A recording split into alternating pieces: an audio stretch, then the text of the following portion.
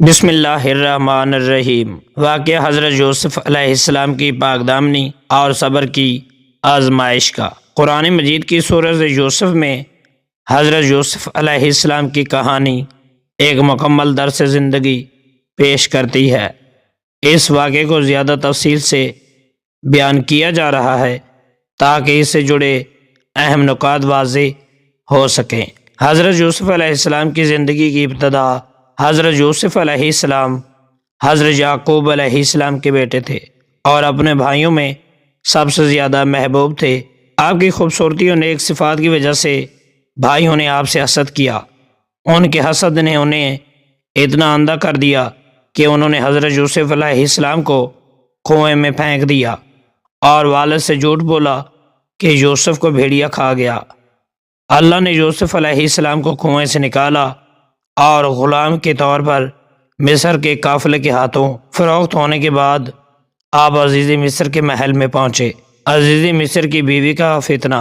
عزیز مصر کی بیوی نے حضرت یوسف علیہ السلام کی خوبصورتی اور حسن کو دیکھ کر انہیں بری نیت سے آزمانے کی کوشش کی۔ ایک دن اس نے تمام دروازے بند کر دیے اور یوسف علیہ السلام کو اپنے پاس بلایا۔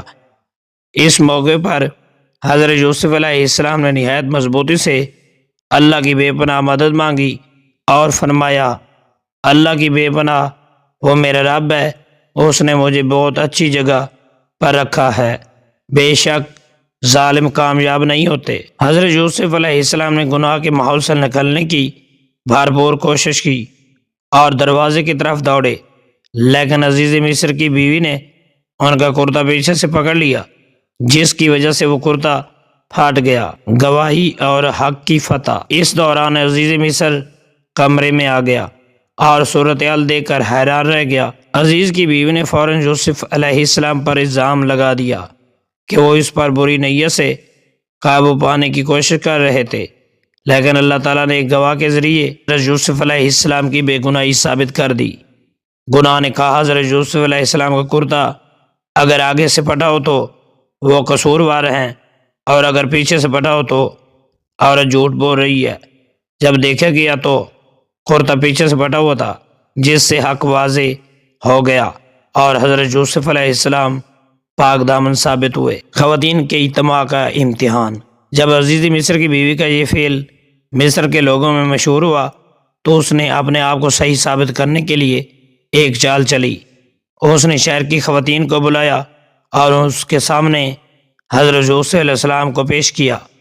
حضرت یوسف علیہ السلام کی خوبصورتی دیکھ کر وہ حیران ہی رہ گئیں اور بے اختیار کہا، یہ تو کوئی انسان نہیں، یہ تو ایک معزز فرشتہ ہے۔